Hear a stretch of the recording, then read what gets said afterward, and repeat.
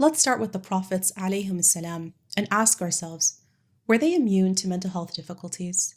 The Prophets, yes, they were the best of all of creation, but as humans, they also experienced grief, stress, and other emotional difficulties during their prophethood. There are many examples where the Prophet Muhammad sallallahu alaihi wasallam himself experienced intense sadness.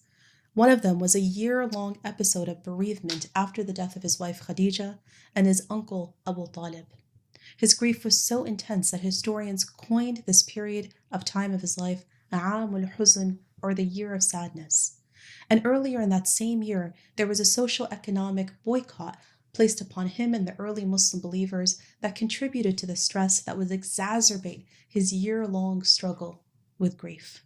Then, take the example of Prophet Yaqub, Jacob alayhi salam, who suffered from a prolonged period of grief after the separation from his son Sayyidina Yusuf or Joseph alayhi salam. The Quran describes Jacob's sorrow that eventually led to the weakening of his eyesight, and according to some of the scholars, even potentially blindness altogether.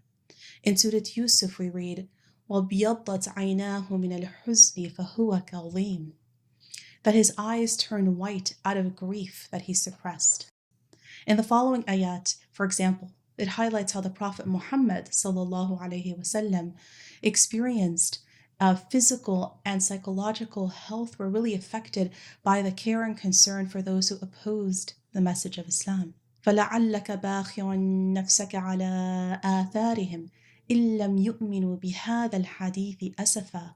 O Prophet, will you grieve yourself to death over their denial if they continue to disbelieve in this message?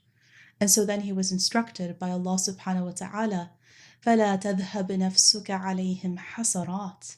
Do not grieve yourself to death over them, O Prophet.